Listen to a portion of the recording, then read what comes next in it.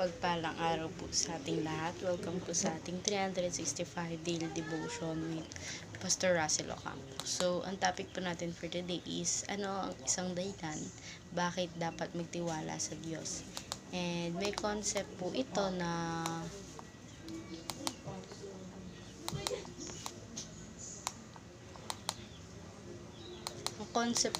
nito ay cosmological argument. An argument for the existence of God based on the observation that since every known thing in the universe has a cause, the universe itself must also have a cause, which can only be God. And meron po dito binigay si Pastor Russell sa column cosmological argument. Una po is everything that begins to exist has a cause. So, simula po na nagsimula yung ilikha ng Panginoon yung mundo, nagkaroon na po ito ng cause of existence. So, sa pangalawa naman po, the universe began to exist.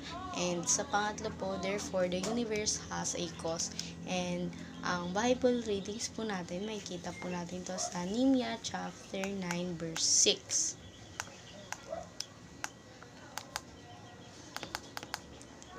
You alone, the Lord, you made the heavens, even the highest heavens, and all their starry host, the earth, and all that is on it, the seas, and all that is in them. You give life to everything, and the multitudes of heaven worship you. So, ngayon naman po, i-share ko po yung mga natutunan ko sa naging topic po natin for today. Simulan po natin sa teaching. First teaching, God exists outside of time, space, and matter. So, nagsimula po yung nung gawin ng Panginoong Kristo yung daigdig. Nagsimula po ito sa time, sa space, and sa matter. Nagkaroon po yun ng matter sa ginawa niyang space para sa kalawakan. Sa pangatlong teacher naman po, God is source of all existence. So, yung mga nakikita nating bagay na yun, yung mga buhay sa mundo na meron tayo, yung mga hayop or anything na mga gamit, lahat yun is galing sa ating Panginoon dahil siya lang naman yung source lahat ng mga bagay na yun. Sa third teaching naman, God is all-powerful and eternal God. So, ang Panginoong Kristo ay siya makapangyarihan sa lahat dahil siya nga ang hari ng mga hari at Panginoon ng mga Panginoon. And siya yung eternal God na siya ang Panginoon ng mga Panginoon. And hindi na mababago yun. Ngayon naman, sa application tayo. First application, wait for God perfect time. So, maghintay tayo sa perfect timing ng Panginoon na ibibigay sa atin. Kung iniisip nyo nandun na kayo sa lowest point ng buhay nyo, is aantayin nyo lang yung time na ibibigay sa inyo ng Panginoon na para sa inyo.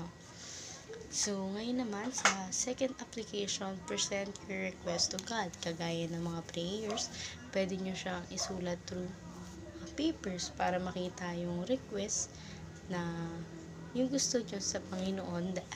Dahil bago pa nga tayo humiling sa Panginoon, bago pa tayo manalangin sa Kanya, alam niya na yung mga ipapanalangin natin. So, sa third application, trust God with all your heart. So, magtiwala tayo sa Panginoon ng buong puso natin. At walang pangamba na naniniwala ka lang dahil may nagawa siyang mabuti sa iyo. But then, maniwala ka dahil siya yung nag-iisang Panginoon natin. Ngayon naman, sa discussion na po tayo. Why should we trust God without reservation? Siguro naman sapat na yung magtiwala tayo sa Panginoon dahil siya ay ang nagbigay ng buhay sa atin. And for me, sapat na yung mga bagay na yun. And binibigyan niya kasi tayo ng panibagong buhay sa araw-araw. Siya yung dahilan kung bakit tayo nakakakain sa pang-araw-araw. So, hindi na dapat pa natin pagdudahan yung Panginoon na dapat ibinibigay na natin yung full trust natin sa Kanya. So, ayun lamang po for today's discussion. Thank you for watching.